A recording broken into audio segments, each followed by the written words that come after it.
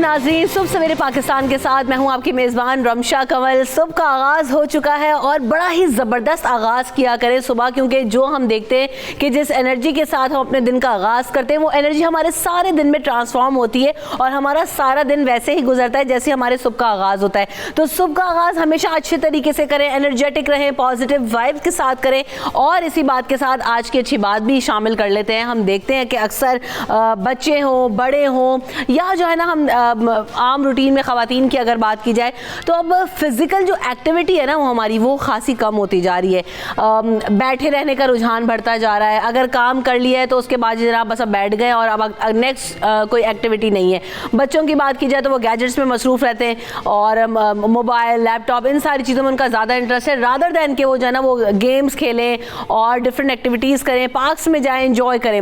ये सारी एक्टिविटीज़ कम होती जा रही है। मर्द हज़रात के साथ भी होता है कि सारा दिन ऑफिस में बैठे रहते हैं और उसके बाद जब घर आते हैं तो भी जनाब क्योंकि पूरा दिन थक चुके होते हैं तो वो भी आराम फरमाना पसंद करते हैं। लेकिन ये आपकी सेहत के लिए बहुत ज़्यादा ज़रूरी है कि आप फिज़िकल एक्टिविटी करें। और जब आप खेलकूद जैसी चीज़ें करते हैं, चाहे एक्सरसाइज हो, चाहे आप खेलें, चाहे आप टाइम स्पेंड करें, वॉक करें, ये सारी चीज़ें इसलिए ज़रूरी हैं कि आप इसकी वजह से हेल्दी रहते हैं, पॉजिटिव रहते हैं, स्मार्ट रहते हैं, आपका ब्रेन जो है ना वो ज़्यादा अच्छे तरीके से काम करता है। तो इन सारी चीज़ों को साथ रखने के लिए, सेहत के तमाम तर बेशुमार फ़ायदे उठाने के लिए ज़रूरी है कि इंसान एक्टिव रहे, हेल्दी रहे, उससे उसका दिमाग भी खुला रहता है और फिज़िकल एक्टिविटीज़ करता रहे, चाहे वो खेल की सूरत में करे, चाहे वो एक्सरसाइज कर ले। लेकिन आपने कुछ ना कुछ करना ज़रूर है एक्स्ट्रा आपके काम के अलावा, आपके रूटीन वर्क के अलावा, ताकि आप स्मार्ट फील करें, आप हैप्पी फील करें और आपकी जो सेहत है वो अच्छी रहे। तो इसी अच्छी बात के साथ आज के शो का आगाज़ करेंगे। और एक और बड़ी अच्छी बात भी है जो कि मुल्क में आज होने जा रही है, वो ये कि हम जब खेलों की बात करते हैं, फ़िज़िकल एक्टिविटी की बात करते हैं, तो हमने देखा कि हमारी जो अपनी लीग है वो बहुत ज़्यादा रजिस्टर हो चुकी है। PSL की मैं बात कर रही हूँ, PSL 5 का आगाज़ हो चुका है। तो बड़े ज़बरदस्त तरीके से आगाज़ हुआ। कल ट्रॉफ़ी की रौनुमाई भी हुई है, वो भी अभी आपको कुछ आगे अगले सेगमेंट में दिखाने जाएंगे।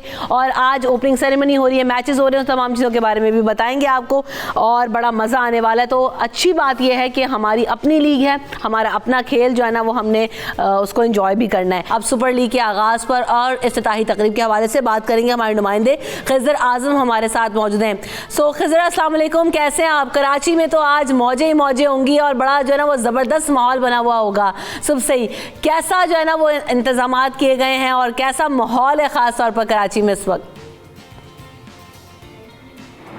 जी वालेकुम अस्सलाम। बिल्कुल जी, कराची में मुख्तलिफ़ शाहराहों पर स्टेडियम के अतराफ़ माहौल बन चुका है। और जिस तरह आपने अभी एक सेगमेंट चलाया वक़ास, शहीद वक़ास के हवाले से, तो ये सब रौनकें इस जैसे वक़ास जैसे हज़ारों शहीद हैं, हज़ारों ज़ख्मी हैं, जिनकी वजह से आज हम यहाँ पे खड़े होके PSL को पाकिस्तान में वेलकम कर रहे हैं। 32 दिनों में जो है वो तकरीबन 34 मुकाबले हैं। तो ये वो सब कुछ जो है वह बहुत नॉर्मल हो गया है। मैं इस वक्त नेशनल स्टेडियम के बाहर मौजूद हूँ। जब गुज़िश्ता बरस कराची ने सारे मैचेस जो 7 मैचेस होस्ट किए थे, तो उसके जब प्रैक्टिस के टाइम पे भी टीमें आती थी तो सड़कें बंद हो जाती थी, अतराफ़ में सिक्योरिटी सख्त होती थी। मगर इस बार PSL क्वाइट नॉर्मल है। फैंस और खिलाड़ियों का इंटरेक्शन बहुत ज़्यादा है। कल गुज़िश्ता एक रोज़ कबल कराची किंग्स कराची के साहिल पर गई, उन्होंने इंजॉय किया। कल पेशावर ज़ल्मी के क्रिकेटर्स जो है 2 दरिया पहुंचे हुए थे। तो ये जो PSL है, हेल्दी एक्टिविटीज हो रही है, मजे हो रहे हैं। जरा ट्रॉफी की बात करते हैं। खिज़र, ये बताइए ट्रॉफी के बारे में क्या कहा जा रहा है, क्या खबरें आ रही हैं? पिछली ट्रॉफी को तो बहुत पसंद किया गया, सोशल मीडिया पे काफ़ी ज़्यादा हमने देखा कि जो है वो शोर शराबा भी रहा और इंडियंस के साथ जो है ना वो टकराव भी रहा। इस दफ़ा ट्रॉफी के बारे में क्या कहा जा रहा है? लोगों ने पसंद की है ट्रॉफी? जी बिल्कुल, पाकिस्तान सुपर लीग एडिशन 5 की ट्रॉफ़ी को वाकई बहुत ज़्यादा पसंद किया गया है। एक खूबसूरत ट्रॉफ़ी बनाई गई है और जिस तरह से ट्रॉफ़ी को प्रेजेंट किया गया है, उसकी अनवीलिंग की गई है। स्कॉश लेजेंड जहांगीर खान, मैं नहीं समझता कि इससे बड़ा कोई प्लेयर इस वक्त इस कॉन्टिनेंट में कोई मौजूद है कि जिनकी विक्ट्रीज हम गिन ही नहीं सकते। तो वो ट्रॉफ़ी लेकर आए, उन्होंने सरफराज को हैंडओवर की और तमाम कप्तानों ने इस पर नज़रें जमाई हुई हैं। यकीनन ट्रॉफ़ी बहुत खूबसूरत है और उसको बड़े ज़बरदस्त तरीके से डिज़ाइन किया गया है। ओपनिंग की जहाँ तक मैं आपसे बात चलें, ये भी बताइएगा हाँ बिल्कुल, तकरीब के हवाले से क्या इंतजाम किए गए हैं, रूट प्लान क्या है, सिक्योरिटी के क्या मेजर्स लिए गए हैं, क्विकली ये भी बता दीजिएगा खिज़र। देखिए, अभी तक तो रूट्स खुले हुए हैं, मगर ये है कि 2-2:30 बजे के बाद से मुख्तलिफ रूट्स बंद होंगे। जो गुज़िश्ता जो सीरीज़ हुई थी पाकिस्तान सुपर लीग से कबल, उस दौरान भी रूट्स बंद किए गए थे, मगर जब टीमों की आमद-ओ-रफ्त थोड़ी सी कम हो जाती है तो रूट्स खुल जाते हैं। जब शायकीन की आमद का सिलसिला होगा तो उस वक्त रूट्स को दोबारा बंद कर दिया जाएगा, क्योंकि एक हुजूम आ रहा होता है। बाकी जो ओपनिंग सेरेमनी है उसकी तैयारियाँ मुकम्मल हैं और मुख्तलिफ गुलकारों ने 3 से 4 दिन से यहाँ से परफॉर्म किया, रिहर्सल किया और अब वो असल परफॉर्मेंस दिखाएंगे। तो बिल्कुल ज़बरदस्त जो है ना, वो जोश और जज्बे के साथ आगाज़ होने जा रहा है PSL 5 का। खिज़र, आप अपडेट कर रहे थे हमें, आपका बहुत शुक्रिया। आप एंजॉय ज़रूर कीजिएगा PSL, आपसे गाहे बगाए अब लेते रहेंगे।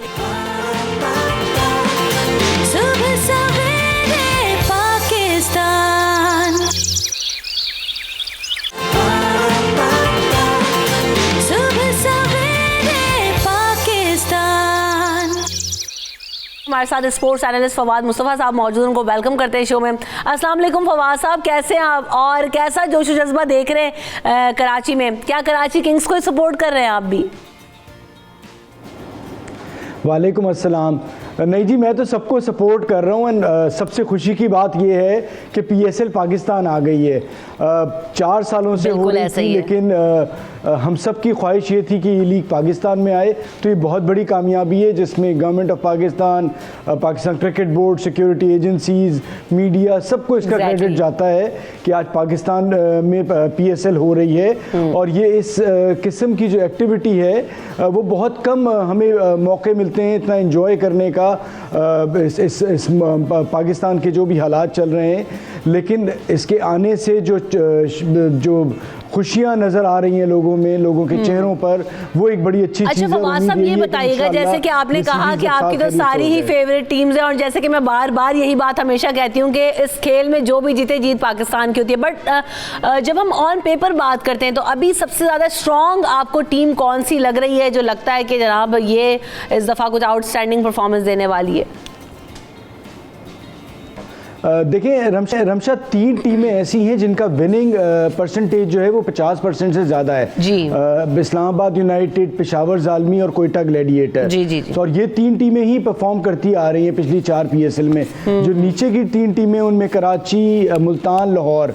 अब अगर आप मुझसे ख्वाहिश या पूछना चाहें तो मेरी ख्वाहिश ये है और दुआ ये है कि नीचे की जो 3 टीमें उनमें से कोई टीम जीते और कोई नया चैंपियन सामने आए।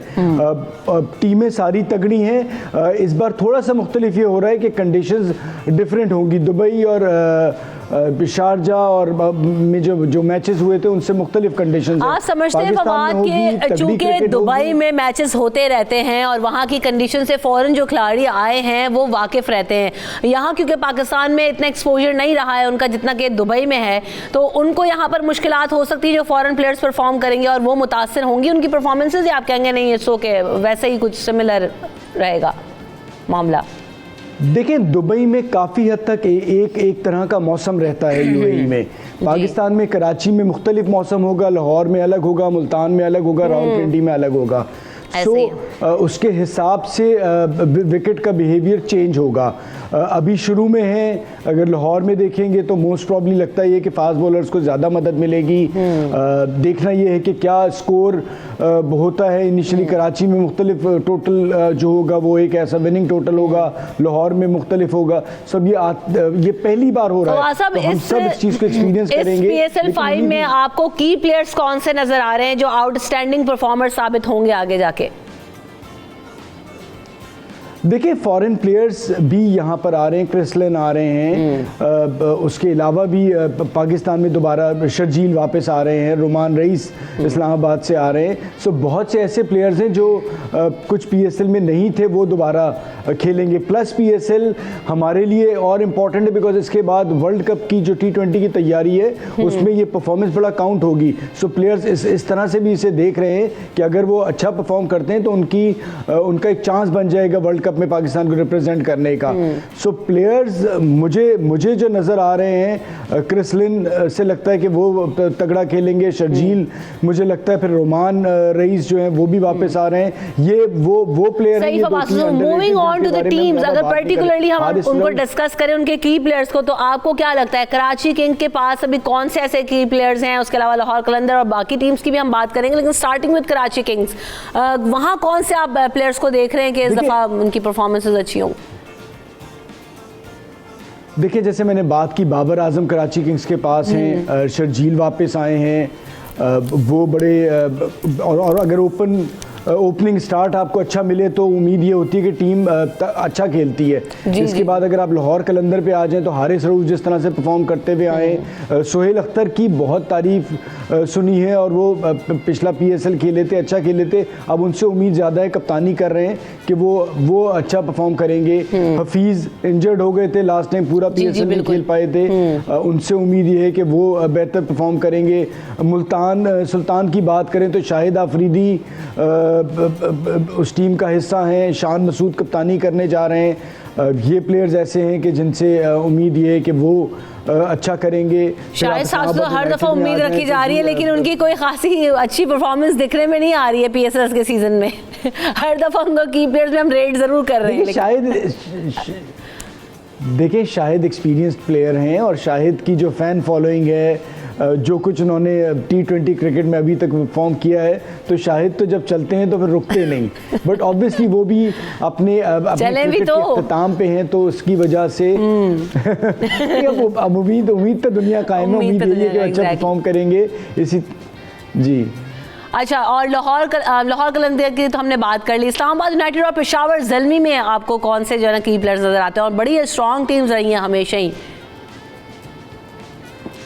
बिल्कुल जी, इस्लामाबाद 2 बार जीत चुका है। इस्लामाबाद से डेल स्टेन आ रहे हैं, जैसे मैंने आपसे बात की, रोमान है, फिर मिसबा उस टीम के साथ हैं, उससे कितना फ़ायदा होता है। इस्लामाबाद की बड़ी लंबी बैटिंग है, 9वें-10वें नंबर तक बैटिंग है और ऑलराउंडर्स बहुत हैं। इस्लामाबाद बिकॉज जीता हुआ आ रहा है तो वो समझता है सबसे ज़्यादा मेरे ख्याल से पीएसएल को। उसकी वजह ये कि 2 बार वो चैम्पियन रह चुका है। इसी तरह पेशावर ज़ालमी जो है वो भी, अब शुएब मलिक भी आ गए हैं उनके पास, कामरान अकमल बेहतरीन परफॉर्मर्स में से एक हैं पीएसएल के, सो डेरिन सैमी, सो ये वो टीम है। इसी तरह कोयटा ग्लैडिएटर, ये वो 3 टीमें हैं जो बहुत ही कामयाब रही हैं यूएई में। अब हमने देखना है कि वो कामयाबी जब पाकिस्तान में पीएसएल आ रहा है तो वो कामयाबी कंटिन्यू करते हैं, उसको वो बहुत देखना होगा कि आप क्या समझ रहे हैं फवाद साहब कि जिस तरह ग्रूमिंग, हम अगर कोयटा ग्लैडिएटर्स की बात करते हैं तो जो ग्रूमिंग कोयटा ग्लैडिएटर्स के अंदर हमने पिछले सीजन्स के अंदर देखी है, वो हमने मुल्तान सुल्तान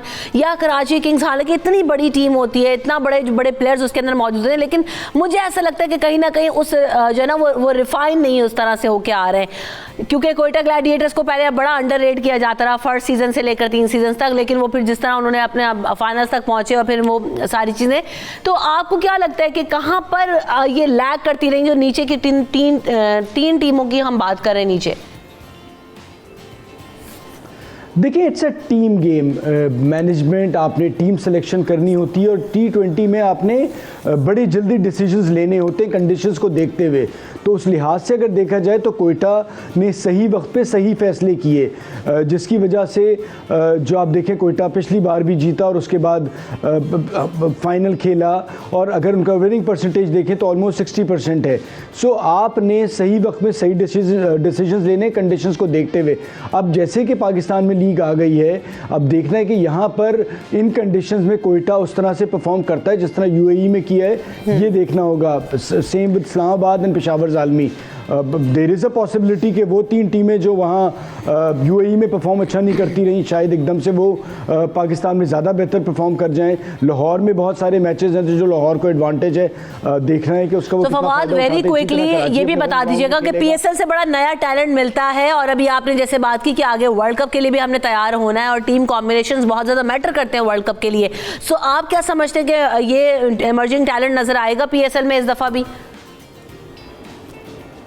देखिए, आपको हर बार पीएसएल में T20 के तगड़े प्लेयर्स मिले हैं। शाहीन आफरीदी की बात कर लें आप, बिल्कुल। इसी तरह हमारे हारिस रऊफ को देखें, लाहौर से आए, उसके बाद बिग बैश खेला।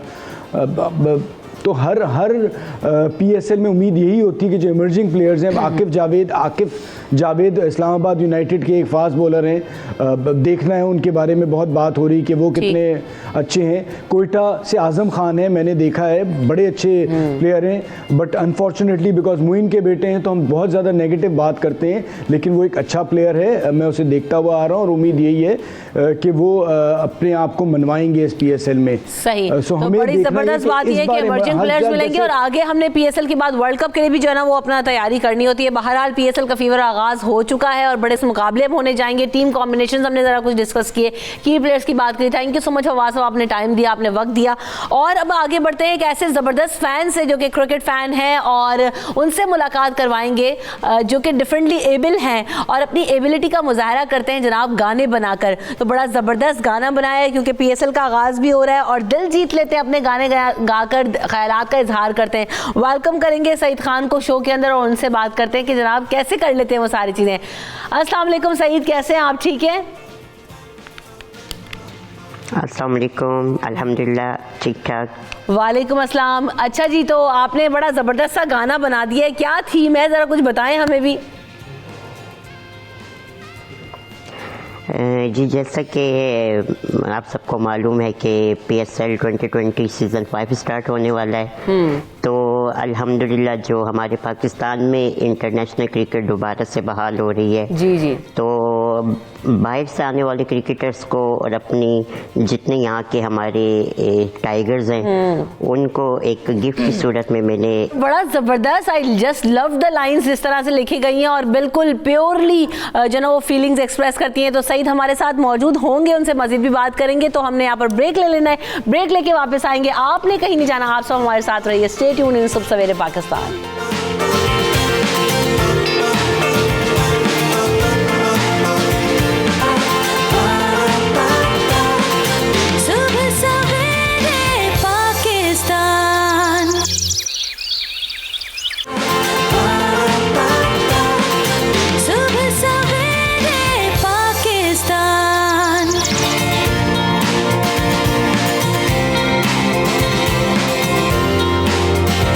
वेलकम बैक इन सुबह सवेरे पाकिस्तान। और जनाब हम अपने उस सेगमेंट में आ गए हैं जो कि पोलियो से मुताल्लिक है और ये बहुत ज़्यादा ज़रूरी है। उसकी वजह यह है कि जब हम बात करते हैं ना पोलियो की, तो पाकिस्तान को पोलियो फ्री बनाना है और इसमें हम सब ने अपना किरदार अदा करना है। हम बार बार ये बात कर रहे हैं, ये होगा कैसे? जहाँ जहाँ गली मोहल्लों में आप देख रहे हैं कि बच्चे मौजूद हैं, पोलियो से मुताल्लिक अवेयरनेस करें, अपने लोगों से बात करें इस बारे में, ताकि हमारे बच्चे महफूज रहें, हमारी नस्लें महफूज रहें, हमारा मुल्क महफूज रहे। और ये ऐसी बीमारी है जो कि ट्रैवल करती है, फैलती है। अगर हम इसे नहीं रोकेंगे तो हमारे जो अब तक कई लोग जो इससे बच चुके हैं वो मुतासर होते। तो आप देखें ना कि किस हद तक हमारे मुल्क में माजूरी होती। और इससे लड़ना इतना मुश्किल नहीं है, बहुत आसान है। पोलियो से डरें, अपने बच्चों को तहफ़्फ़ुज़ दें, हर बार 2 कतरे बार बार पिलवाएं और सिर्फ इतना ही करना है। अगर आप ये कर लेंगे तो आप अपने बच्चों को ना सिर्फ जाना उनकी ज़िंदगियाँ सेव कर सकते हैं, उनका फ्यूचर बना सकते हैं। अगर आप नहीं करेंगे तो आप खुद भी जिम्मेदार हैं, मुजरिम हैं उनके, क्योंकि अगर वो उनकी ज़िंदगियाँ मुतासर हो जाती हैं तो फिर उनको आगे क्या मुश्किलात होती हैं। और इसी हवाले से बात करने के लिए हमारे साथ मेहमान भी मौजूद हैं जो कि अपने एक्सपीरियंसेस शेयर करेंगे कि उन्हें किस तरह की मुश्किलात आई और पोलियो से लड़ना कितना ज़रूरी है। अपने मेहमानों को वेलकम करते हैं। हमारे साथ सईद खान तो मौजूद ही हैं जिनका आपने अभी गाना भी देखा था। गो कि उन्हें पोलियो नहीं है, लेकिन उसके बावजूद ये जो डिफरेंटली एबल लोग हैं उन्हें माशरे में किस तरह की मुश्किलात का सामना करना पड़ता है, उस पर भी बात करेंगे। और साथ साथ मुझे ज्वाइन कर रही हैं लाहौर स्टूडियो से जो कि शगुफ्ता खानम साहब साहब आए, वेलकम करेंगे आपको भी। पीएचडी कर रही हैं और उनसे वो पोलियो से मुतासरा, उनसे उनकी स्टोरी जानने की कोशिश करते हैं। शगुफ्ता कैसी हैं आप, ठीक है? जी अस्सलाम वालेकुम, अल्हम्दुलिल्लाह मैं बिल्कुल ठीक ठाक हूँ। बताइएगा कि एक तो आप पीएचडी कर रही हैं माशाल्लाह, पूरा जो आपका एक्सपीरियंस है, सफ़र रहा है, उसमें आपने क्या क्या हर्डल्स देखे पोलियो की वजह से? देखिए अभी आप बात कर रही थी ना कि अवेयरनेस की, सबसे इम्पोर्टेंट जो फैक्टर है पोलियो में वो अवेयरनेस है और उसकी वैक्सीनेशन है ना। लाइक मेरी भी वैक्सीनेशन नहीं हो सकी थी और अभी मतलब ये 2-3 दिन पहले की बात है, आई वॉज ट्रैवलिंग इन बस ना, और वो ख़राब नहीं बल्कि ना उसका जो ड्राइवर था ना उसके प्रॉब्लम हो गई, उसका चालान हो गया ना, वो रुका नहीं और उसे पता था कि एक बंदी जो कि पोलियो इफेक्टेड है उस गाड़ी में बैठी हुई है और यू नो कि एक बंदी जो चल नहीं सकती वो किस तरह गाड़ी में बैठती होगी ना। जैसे भी मेरे शुक्र है एट दैट मोमेंट मेरे फादर साथ थे ना, वरना यूजुअली मैं अकेले ही ट्रैवल कर रही होती हूँ। तो क्या हुआ, हम लोग रुके और उन्होंने कहा जी अब ये गाड़ी आगे नहीं जाएगी, और वो इतना जंगल वाला इलाका था कि कोई और गाड़ी वहाँ से मिलना, कोई कार हायर करना, दैट वाज इम्पॉसिबल। लेकिन मैंने देखा कि लोगों में ना थोड़ी सी सेंस है। वो जो मोटरवे पुलिस थी उन्होंने मतलब मेरे साथ बहुत कोऑपरेट किया एंड दे सेड कि इंशाल्लाह हम पूरा करेंगे। और देखिए ना वो लोग कर भी क्या सकते हैं, उनके भी रूल्स एंड रेगुलेशंस हैं। उन्होंने मुझे सपोर्ट करके बिठा दिया। मेरे से उस बस पे चढ़ना बहुत मुश्किल था क्योंकि मैंने देखना होता है मैं किस बस में ट्रैवल कर सकती हूँ, नहीं कर सकती हूँ। अकॉर्डिंगली मेरे फादर ज़ाहिर है काफ़ी एजड हैं, वो तो नहीं उठा सकते ना, या उठाएंगे फिर लोगों का भी सहारा लेना पड़ता है। तो ये सारी मुश्किलात हैं और ये सारी अवेयरनेस से ख़त्म होती हैं। और हमें चाहिए कि ये जो पोलियो जैसा एक इतना मोहलिक मर्ज़ है ना, इससे हम अपने बच्चों को इस वैक्सीनेशन से महफूज करवा सकें। बिल्कुल ऐसा ही है। तो सईद भी हमारे साथ मौजूद है। सईद, आपने गाना बनाया जिसकी टैगलाइन है कि हिम्मत दिखाने मैदान सजाने सब आ गए। ये पीएसएल से रिलेटेड भी है, लेकिन मैं तो ये भी कहूँगी कि हम सबको पोलियो में भी कुछ ऐसे ही हिम्मत दिखानी है, क्योंकि ये जो पोलियो अवेयरनेस कैंपेन चल रही है, मुहिम चल रही है, इसमें सबको आगे आना है। क्या कहेंगे सईद आप? देखिए, जो मैंने अल्लाह तबारक व तआला के फज़ल व करम से मैंने सॉन्ग सा बनाया है, ये पीएसएल के लिए तो है ही, लेकिन इसके साथ साथ चूँकि पाकिस्तान में जो है आपको पता है पोलियो से इफेक्टेड काफ़ी लोग हैं, उनके लिए भी हिम्मत की एक मिसाल है इसमें। और एग्ज़ाम्स का सीज़न आपको पता है यहाँ पे शुरू होने वाला है, तो मैं ऐसे सॉन्ग का चुनाव करता हूँ कि जिससे एक से हट के काफ़ी लोगों को इसमें मोटिवेशन मिले और लोग इसको देख कर सुन के और उनमें भी जज्बा उभरे कुछ करने का। बिल्कुल ऐसे ही है। हमारे साथ सानिया सईद साहिबा भी मौजूद हैं जो कि सीनियर एक्ट्रेस हैं। वेलकम करेंगे उन्हें शो में। अस्सलाम वालेकुम सानिया साहिबा, कैसी हैं आप, ठीक है? वालेकुम अस्सलाम, जी बिल्कुल ठीक, शुक्रिया। सानिया, क्या कहना चाहेंगी? पोलियो अवेयरनेस कैंपेन्स हम करते हैं, पाकिस्तान को पोलियो फ्री बनाने का ख्वाब रखते हैं, लेकिन बहुत करीब जाने के बाद हर दफ़ा फिर पीछे वहीं पर आके खड़े हो जाते हैं। क्या वजह आपको इसकी दिखाई देती है? बहुत सारी वजूहात है वैसे तो, लेकिन एक सबसे इम्पोर्टेंट वजह और मुझे लगता है जो बिल्कुल बुनियादी वजह है वो ये है कि हमारा अपने बच्चों की तरफ, अपनी नई नस्ल की तरफ रवैया है क्या। हम बहुत केयरलेस हैं उनकी तरफ। हम बहुत सारे मामलात में उनकी तरफ कोई तवज्जो नहीं देते, चाहे वो तालीम है, चाहे वो सेहत है, चाहे वो उनका तहफ़्फ़ुज़ है, और ये उसी माइंडसेट का हिस्सा है। हम बहुत जल्दी तवाहुमात में पड़ जाते हैं। सही बात समझने में हमें बहुत वक्त लगता है, लेकिन गलत बात हम एक चुटकी में समझ भी लेते हैं, मान भी लेते हैं, उसमें अमल भी कर लेते हैं, पाबंदियां भी लगा देते हैं। तो बहुत सारी चीजें हैं जो स्टेम आउट करती हैं आगाही की कमी की वजह से। तो इसके सिवा कोई इलाज नहीं है कि ज्यादा से ज्यादा लोगों को इन्फॉर्म किया जाए, कम्युनिटीज को इन्वॉल्व किया जाए, उनको इस ट्रेनिंग में, इस जिद्दोजहद में, पोलियो के खिलाफ कैंपेन्स में उनको शामिल किया जाए, उनको उनके ट्रस्ट को हासिल किया जाए, कम्युनिटी के बड़ों को शामिल किया जाए। क्योंकि शर्मिंदगी की बात है कि हम इतनी बड़के मारते हैं दुनिया में, बड़े बड़े फोरम्स पे बैठ के, हम शायद अब वाहिद मुल्क रह गए जिसमें पोलियो है। नहीं, 3 मुल्क रह गए। बिल्कुल जी हाँ, बांग्लादेश जैसे मुल्क में जो हमसे पीछे था इस मामले में, आज वो पोलियो फ्री है और कोई वजह नहीं है कि हम भी ना हो सके। लेकिन हमने तो फैसला ही कर लिया है कि हम दौरे जहालत में ही रहेंगे और इसी तरह से बिहेव करते रहेंगे, हर मामले में हम शर्मिंदा करेंगे पूरे मुल्क को। तो हम अगर अपने बच्चों की तरफ अपना रवैया नहीं बदलेंगे, ये मुल्क कभी तब्दील नहीं होगा, कभी बेहतरी की तरफ नहीं जाएगा। सानिया, आप क्या समझते हैं कि हम जब बात करते हैं कि लोगों को एजुकेट करने की, कन्वेंस, क्योंकि सबसे बड़ा मसला यहाँ पर ये कि वो जो इनकारी वालिदैन हैं जिनकी वजह से हम देखते हैं कि पोलियो फ्री पाकिस्तान मुमकिन नहीं होता है और बड़ी कैंपेन्स की जाती हैं, सारी चीज़ें की जाती हैं। ये जो हमारे सेलिब्रिटीज़ हैं, इन्फ्लुएंसर्स हैं, जो कि माशरे में एक मकाम रखते हैं, जिनको लोग फॉलो करते हैं, जिनकी बात सुनते हैं, हम बारहा कुछ दिनों से कैंपेन्स करें, मुख्तलिफ अदाकार हमारे साथ रहे, होस्ट रहे, शामिल रहे इस कैंपेन में। आप क्या समझती हैं कि वो अपना इनपुट कैसे डाल सकते हैं सोशल मीडिया पर या लोगों के साथ, या क्या उनका जो है ना वो रोल हो सकता है? अच्छा दोस्त, मैं समझती हूँ कि जो सेलिब्रिटीज हैं या जो आपके इन्फ्लुएंसर्स हैं वो तो सदा से कह रहे हैं ये बात। उनको आप जब अप्रोच करते हैं वो कहते हैं हाँ यार बताओ क्या कहना है। बिल्कुल ऐसे। पॉइंट इज कि are you tapping the right people. मैंने जैसे अभी कहा कि कम्युनिटीज को ग्राउंड लेवल पे, ग्रास रूट लेवल पे, क्योंकि मैं यूनिसेफ के साथ काम करती थी और मैं पोलियो एरेडिकेशन एम्बेसडर रही 2 साल। जी। सबसे बड़ा प्रॉब्लम ये है कि कुछ मामलात में वो हमारी बात पे ट्रस्ट ही नहीं करते। वो ट्रस्ट करते हैं इमाम साहब की बात पे या कम्युनिटी डॉक्टर की बात पे, दाई की बात पे, घर के बड़े बुजुर्ग की बात पे। कुछ मामलात में वो सिर्फ उन्हीं की बात सुनते हैं। आपको उन्हें शामिल करने की जरूरत है, उनको अपने फोल्ड में लेने की जरूरत है, उनको ट्रस्ट करने की जरूरत है। उनको जब तक वो नहीं कहेंगे और शामिल नहीं होंगे और ये अपने लिए, देखिए क्या होता है कि आप कितनी भी इंफॉर्मेशन उनको देते रहते हैं, वो ये इंफॉर्मेशन समझने की सलाहियत नहीं रखते। सही। उन्होंने ये सोच लिया है कि इस दवा में कुछ मिला हुआ है, सही, ये हमें नुकसान पहुंचाएगी, फलाने ने तो नहीं पिया था, देखो उसको तो कभी कुछ नहीं हुआ। ये जरूरी नहीं है कि फलाने ने नहीं पिया था तो आपके बच्चे को भी कुछ ना हो। सही। क्या मैसेज देना चाहेंगी सानिया? बिल्कुल, मूविंग ऑन क्विकली। जितने भी लोग इस वक्त अपने बच्चों को पोलियो के कतरे नहीं पिला रहे, प्लीज अपने बच्चे की खातिर अगर आपको कोई डाउट्स हैं आप अपने डॉक्टर के पास जाइए, मालूमात हासिल कीजिए। सारी दुनिया में एक सबसे बड़ा जो मिसगिविंग है इसकी तरफ, वो ये है कि जी ये फर्टिलिटी को भी अफेक्ट करती है। मैंने इस तरह की बातें भी सुनी है।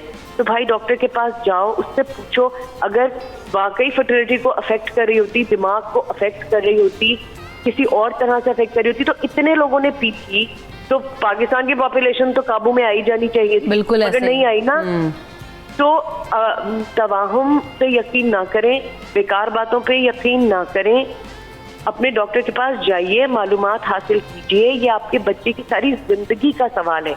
ये सिर्फ ये नहीं कि आप उसकी खुदा न खास्ता टांगें जाया हो जाएंगी, उसकी पूरी जिंदगी कॉम्प्रोमाइज हो जाती है। बिल्कुल ऐसे ही है। मोबिलिटी लिमिट हो जाती है, उसका सेल्फ कॉन्फिडेंस। बहुत सारे बच्चों से हम मिलते हैं जो इतने टैलेंटेड है लेकिन सिर्फ इसलिए कि माँ बाप ने एहतियात नहीं की और उस वक्त बात नहीं मानी, अब पछताते जरूर हैं but now it's too late. बिल्कुल ऐसे बहुत ही। देर हो गई। तो पछतावे से बचना है। बिल्कुल सही बात करिए सानिया, बहुत शुक्रिया, आपने वक्त दिया। हम सबको अपना हिस्सा डालना है और ये मकसद भी यही है कि हम जहाँ जहाँ जिस कैपेसिटी में जो कर सकते हैं वो करें, लेकिन अमली तौर पर सब ने मैदान में होना है ताकि पाकिस्तान को पोलियो फ्री बना सकें।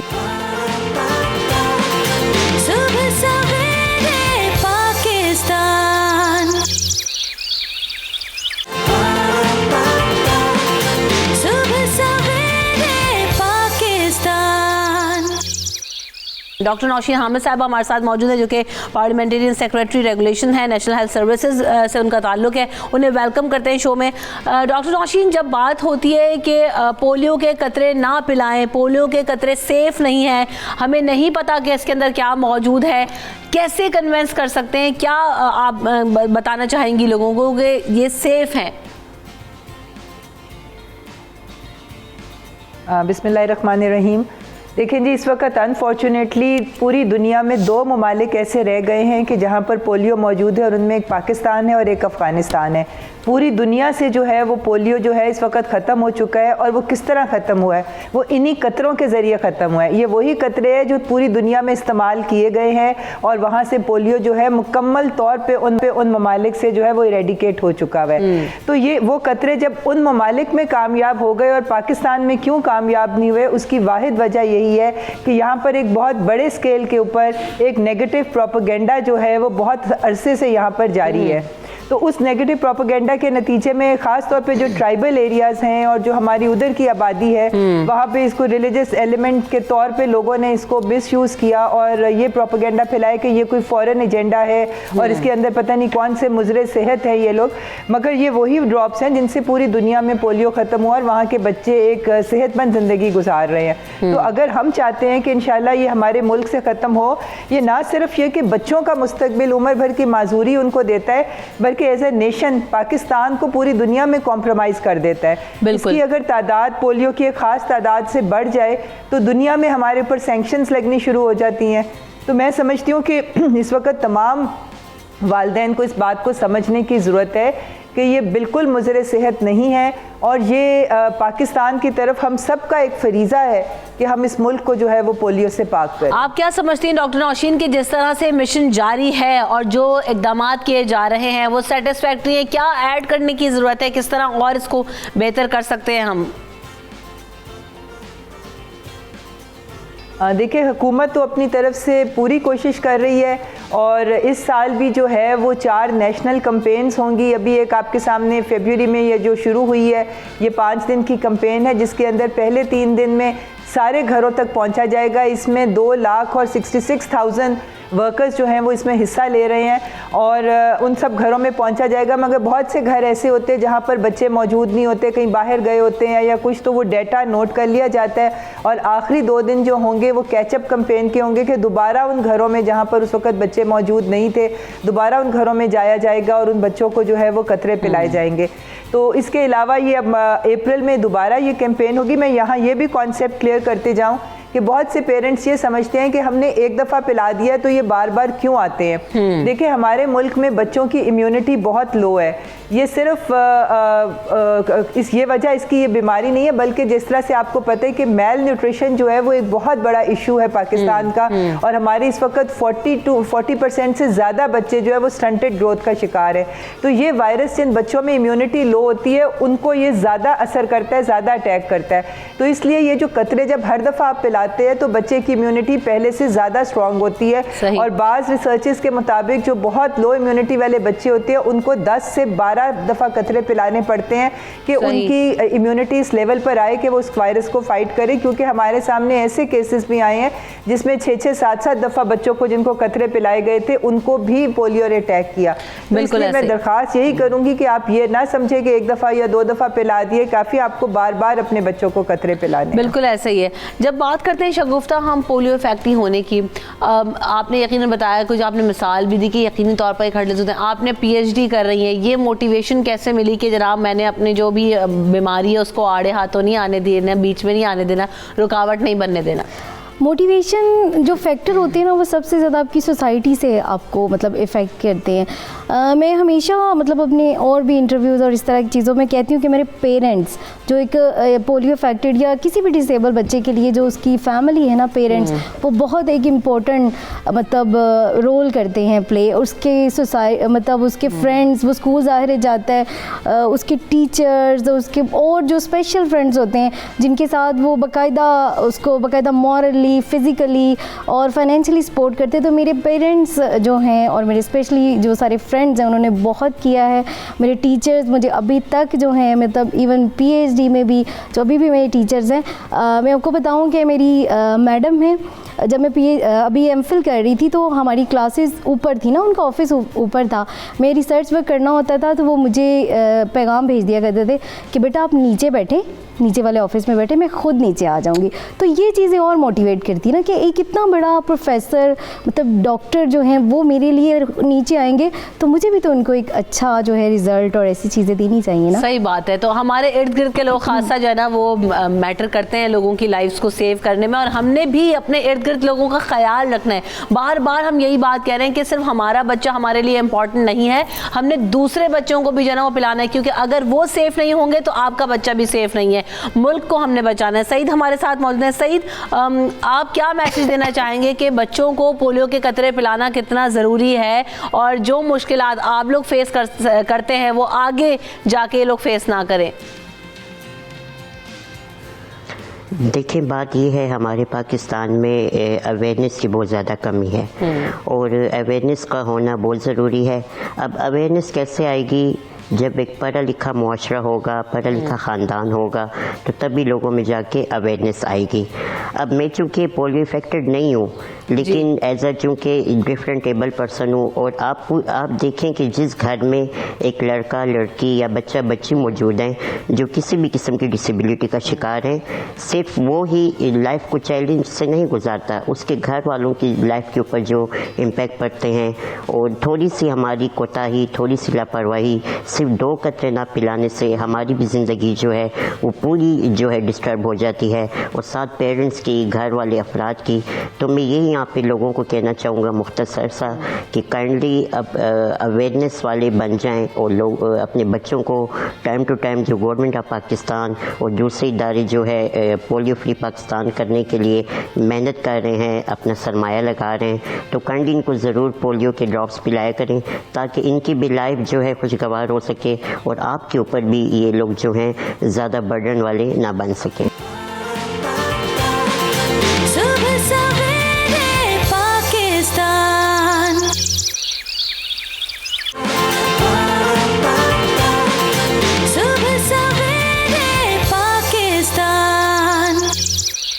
तो आज जैसे कि आपदा जी की 67वीं सालगिरह मनाई जा रही है, और इतने खूबसूरत जो है ना अंदाज में गाती हैं, सुरों की मलिका हम उनको कहते हैं। और अगर सूफ़ी की कलाम की बात की जाए, सूफ़ी गायकी की बात की जाए, तो कोई सानी नहीं है, अनमैचेबल और मैजिकल वॉइस है। और कहते हैं ना कि आपदा जी ने गाया कि जब से तूने मुझे दीवाना बना रखा है, तो जब से आपदा जी को सुनना आया है तो तब से हम सब उनके दीवाने हैं। आपदा जी को वेलकम करते हैं शो के अंदर, और उनको सबसे पहले तो बर्थडे विश करेंगे, और very happy birthday to you. आपको सालगिरह का दिन मुबारक, आपको जन्मदिन मुबारक। आप हम सब के लिए तोहफा है अल्लाह ताला की तरफ से, जो हमारे मुल्क पाकिस्तान को अल्लाह ताला ने दिया है। So welcome to the show. सबसे पहले तो ये बताएं आपदा जी, सालगिरह आपने मना ली है, केक शेक काट लिया, कैसे दिन स्पेंड करती हैं? जी बस आज इंशाल्लाह जैसे आपने बिस्मिल्लाह की है तो अभी करेंगे इंशाल्लाह। इंशाल्लाह जी। सबसे पहले तो आप ये जानना चाहेंगे आपसे कि जब हम ये कहते हैं ना कि मैं तो बार बार ये कहती हूँ कि सुनना आना चाहिए, क्या कैफियत होती है, आप क्या सोचती हैं जब आप गाती हैं? क्योंकि आपको जब सुनते हैं तो आप जिस लेवल पे बंदे को उठा के ले जाती हैं, कैसे कर लेती हैं? मैजिक कहाँ से आया आपके पास? नहीं, बस सब पंतन पाक मौला का करम है, मुझ में ऐसा कुछ भी नहीं, मुझ में ऐसा कुछ भी नहीं है, मेरा मुझ में कुछ नहीं, जो कुछ है सो तेरा, आय हाय हाय, तेरा तुझको सौंप दें क्या लागे है मेरा। वाह। तो सब उसकी ज़ात का मुजाहरा है, सब उसकी ज़ात का करम है। बस हम्बली जो बस कोशिश होती है, बाकी कुछ भी नहीं। अच्छा आपदा साहिबा, ये जो कलाम है, ये जो रंग है, जो आप आवाज़ के साथ पढ़ती हैं, घोलती हैं, तो दिल को छू जाता है, टच कर जाता है। तो हम जब ये बात करते हैं, ये कलाम चूज़ करना, इसको समझना, इसको सिखाना, इसको पढ़ना, लफ्ज़ों और मौसीकी का साथ मिलाप, ये सारी चीज़ें कैसे आपने जो है ना वो की? ज़रा अपने सफ़र के बारे में बताइएगा, या आप समझती रहीं, पढ़ती रहीं, बस कैसे हुआ? असल में तो बुजुर्गान दीन का कलाम ही है जो अपने विर्द में रखता है, अपने वजद में रखता है। बिल्कुल। तो फिर वो जब कलाम के साथ आदमी रहे तो उसी का ही माहौल जो है वो एक रूहानी तौर पे जो है, जैसे हम बाहर जाते हैं तो वो महफिल कलाम ही बन जाती है, गाने वाला भी कलाम बन जाता है। तो इस तरह से वो जब उनका करम हो, पंजतन पाक का करम हो, तो वो फिर सारा सिलसिला जो है वो बना देते हैं। बाकी तो कुछ भी नहीं, क्योंकि मैं हर स्टेज को पहला कदम समझती हूँ कि ये पहली मर्तबा आई हूँ। तो ये हमेशा मेरे लिए हमेशा ये एक इम्तिहान होता है कि हर फंक्शन मेरे लिए इम्तिहान होता है। तो आबदा साहब किस शायर को जो है ना सबसे ज्यादा शौक से पढ़ती हैं, जिसको गाने में आपको मजा आता हो, जिनका लिखा हुआ मौसीकी के सुरों में पिरोने में आपको जो है ना वो लुत्फ आता हो? क्योंकि बुजुर्गान दीन का जो है वो हम चूज़ तो नहीं कर सकते, क्योंकि इतना बड़ा कलाम है। बस जिस कलाम का हुक्म हो जाए तो फिर वो उसको उसके अंदर जो है वो थोड़ा सा, असल में वो साज़ों का भी एक हम ये रखते हैं कि थोड़े साज़ हों ताकि उनके पैगाम की तर्जुमानी हो सके, पैगाम पहुंच सके। क्योंकि अगर साज़ ज़्यादा होंगे और उनसे मिक्स नहीं होंगे तो वो फिर वो सिलसिला, जैसे जी चाहे तो शीशा बन जा, जी चाहे पैमाना बन जा। वाह। अच्छा, अब तो जो मॉडर्न मौसीकी की बात करते हैं, शीशा पैमाना क्या बनना, सही मैं बन जा, मैं खाना बन जा। तो इस तरह से रक्स बिस्मिल हमने की थी। तो वो सूफी गज़लियात की जो कैसेट थी, सीडी थी, तो वो उसमें भी हमने यही रखा कि उसमें बिल्कुल थोड़ा म्यूजिक रखा ताकि लोगों तक एक पैगाम पहुंचे बुजुर्गान दीन का। आबदा साहबा हमारे साथ ही रहिएगा मौजूद। हमें क्विकली यहाँ पर एक ब्रेक लेना है, ब्रेक लेके जरा आते हैं और मजीद बात करेंगे। मॉडर्न मौसीकी की जब बात करते हैं तो उसमें तो खासे इंस्ट्रूमेंट्स इस्तेमाल अब हो रहे हैं, तो किस तरह से वो जिद्दत को देख रही हैं उनसे इस बारे में जानेंगे। ब्रेक लेते हैं, ब्रेक के बाद वापस आते हैं।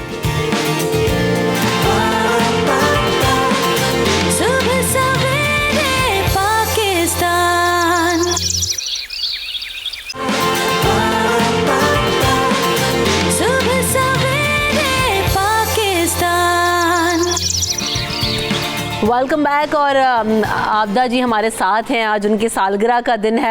आबदा जी, जब अपने सफ़र को, एक तो पहले तो मैं ये सवाल आपसे ज़रूर करना चाहूँगी कि जो बात अभी आपने की कि कम से कम साज़ इस्तेमाल करें, ताकि जब आपके गानों को सुनते हैं तो उसमें जो बड़ा ज़ोर होता है, वज़न होता है, वो कलाम और आवाज़ का होता है। मॉडर्न मौसीकी में आप इस चीज़ को कहीं ना कहीं लैक फील करती हैं कि जितने साज़ आ गए, हम देखते हैं कि बड़े बड़े जो है वो नाम नहीं मैं लेना चाहूँगी, लेकिन मुख्तलिफ इंस्ट्रूमेंट्स अब इस्तेमाल हो रहे हैं, तो फ्लेवर कम हो जाता है, या उसको किस तरह से आप किस तरह रेट करती हैं? असल में मॉडर्न जो एक मॉडर्न जो अंदाज है ना, वो है ही सूफियाना, वो है ही तसव्वुफ का, वो हमेशा नया रहता है। और हम बाहर भी जाते हैं तो वहाँ पे अंग्रेज लोग हमें बुलाते हैं, तो असल में वो एक वक्त की जो कैफियत है, वो कैफियत को ढूंढना चाहते हैं, रब को ढूंढना चाहते हैं। तो वो एक पाक, हम डेनमार्क गए थे, मेरा टूर था पूरा, तो वहाँ पे मेरा साउंड चेक टाइम था, तो वहाँ हम गए 4 बजे, तो वहाँ पे लाइन लगी हुई लोगों की। मैंने कहा ये क्या है, तो कहने लगे कि ये इस वजह से आए हैं कि कोई अगर नहीं आ रहा है तो हम वहाँ पे जाके बैठ जाएं। तो जब हम हॉल में चले गए तो वो सारा भरा हुआ था 4 बजे ही। और फिर जब हम वहाँ पे परफॉर्मेंस किया तो वहाँ सारे रो रहे थे।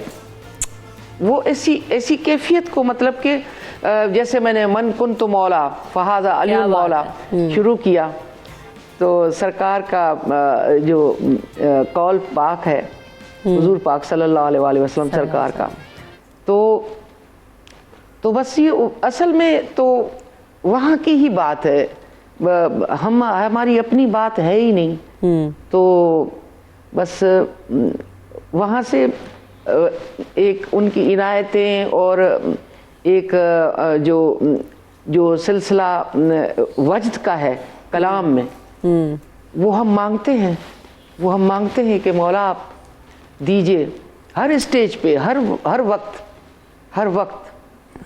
सही बात है। तो जैसे हमने अभी जी आप कहिए। जी, जैसे अभी कलाम हमने बनाया है, सिख रम्ज वजूद विजावण दी, सिख रम्ज वजूद विजावण दी, नहीं हाजत पढ़न पढ़ावण दी। क्या बात। तो हमने उसको थोड़ा सा हम्बली बनाया है, वो हमारे ही चैनल से चलेगा, यूट्यूब चैनल से, बज़्म रंग से। सही। तो आबदा जी सालगिरह तो आपकी है, तोहफा हमें आपको देना चाहिए, लेकिन क्या करें जो है ना, आप इतना बड़ा तोहफा है, आपको क्या और तोहफा दें। तो कुछ सुनना चाहिए आपने, मन कुन तो मौला का आपने जिक्र किया, मैं चाहूंगी कि कुछ बोल गुनगुना दे, सुना दे फरमाइश पे। अच्छा। आपकी बर्थडे तो जी मन कुन मौला, वाह, मौला मन कुंतु मौला फहादा अलीउल मौला मन कुंतु मौला, मौला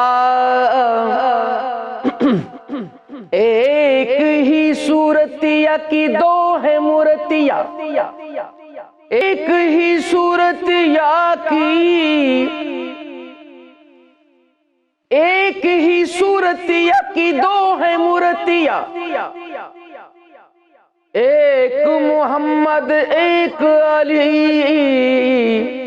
मन कुंत मौला, मौला मौला। वाह वाह।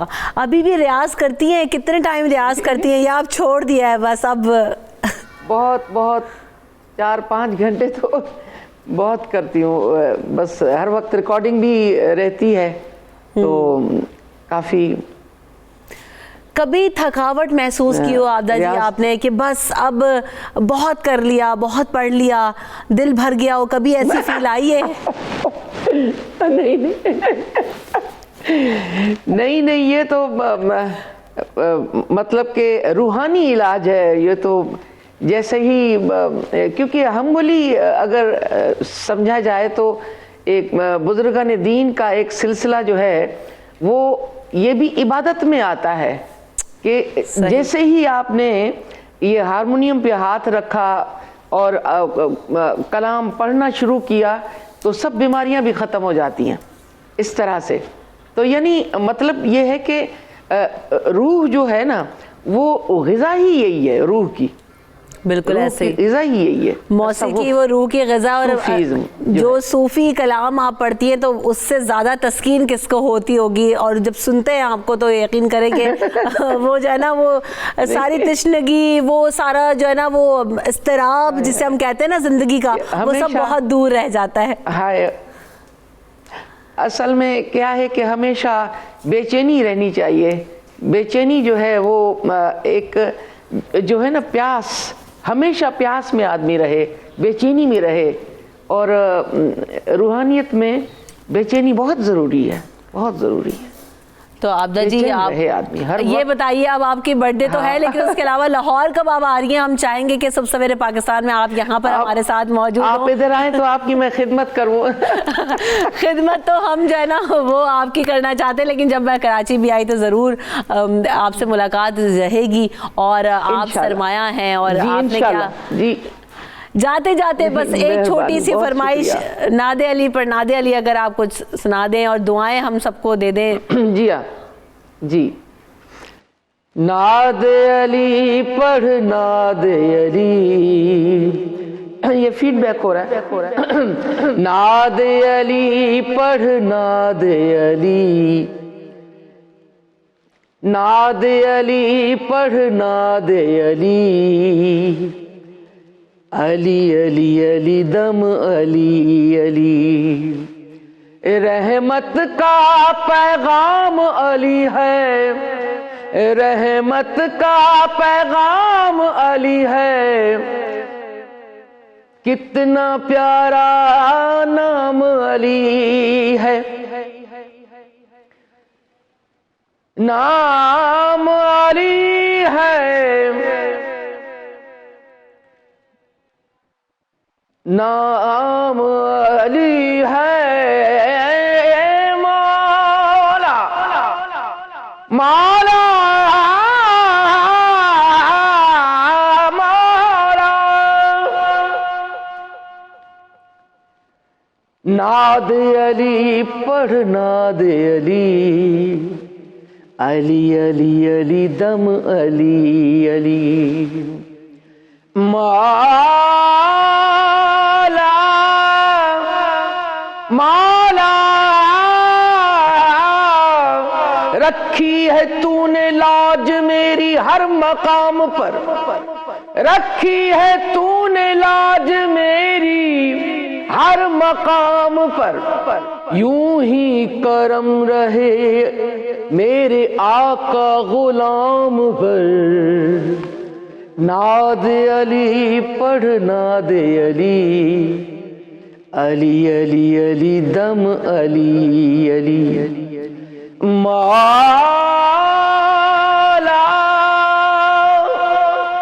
मौला अली मौला अली मौला मौला।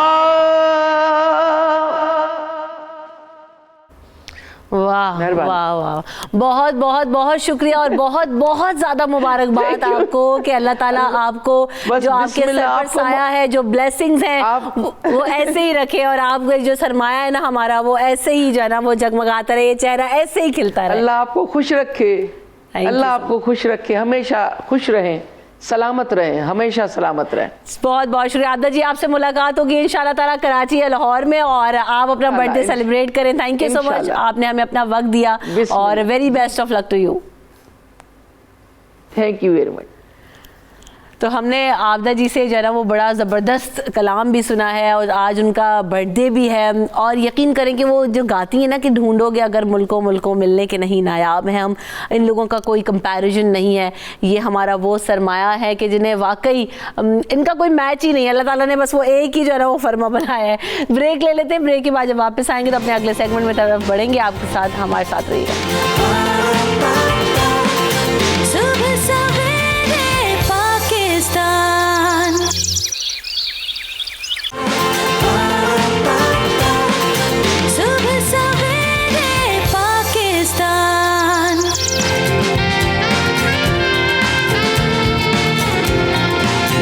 बैक इन द शो और बढ़ेंगे डॉक्टर ईसा की तरफ। ईसा भाई, जब बात होती है जिगर की, जिगर को सेहतमंद रखना है, जिगर का ख्याल रखना है, जिगर को जिगरी बनाना कितना ज़्यादा ज़रूरी है, इसको इतना नेगलेक्ट कर जाते हैं हम अक्सर।